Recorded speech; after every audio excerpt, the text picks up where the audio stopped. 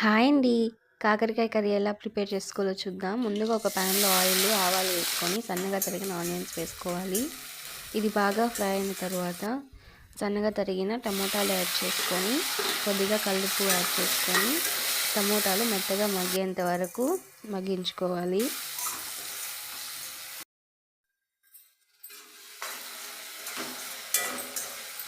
టమోటాలు బాగా మగ్గిపోయిన తర్వాత కొద్దిగా పసుపు, మీకు తగినంత కారం యాడ్ చేసుకొని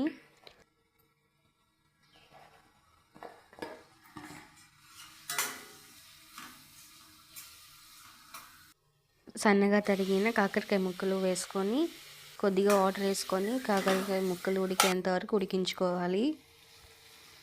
పులుసు బాగా ఉడికిన తర్వాత కొద్దిగా ఎక్కువ చింతపండు రసం తీసుకొని కొద్దిగా తురిమిన బెల్లం కూడా యాడ్ చేసుకుంటే కూర చేదుగా ఉండదు.